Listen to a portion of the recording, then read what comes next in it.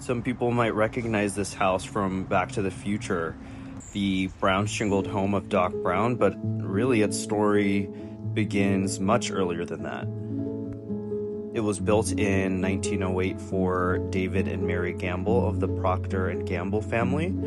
This home is considered one of the finest examples of American arts and crafts architecture. It was designed by brothers Charles and Henry Greene, and the house wasn't just a place to live. It was a manifesto, a statement about craftsmanship, about harmony with nature, and about design as a way of life. Every detail, from the overhanging rafters to the joinery of the wood, was really meant to celebrate the hand of the maker.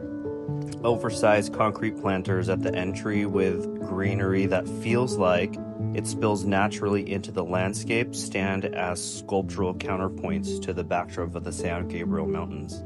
And if you've ever stayed at Disney's Grand Californian Hotel, you've already experienced the Gamble House's influence. That entire lodge-style aesthetic, heavy timber, rustic stone, and warm craftsman detail borrows directly from the spirit of this Pasadena landmark. So the Gamble House isn't just architecture, it's a habitat. The gardens teem with life, crows on the roofline, bees moving through the flowers, hummingbirds darting by.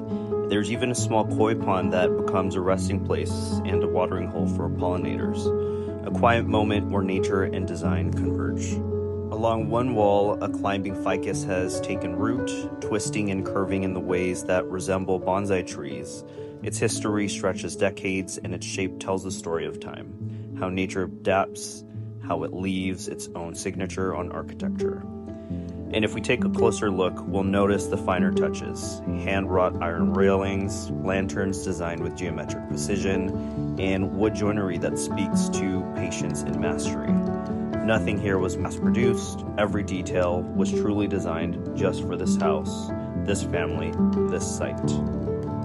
The Gamble House has inspired filmmakers, hotel designers, writers, and countless creatives, and more than a century later, it continues to remind us that what's possible when design and craftsmanship and even nature are allowed to exist in harmony.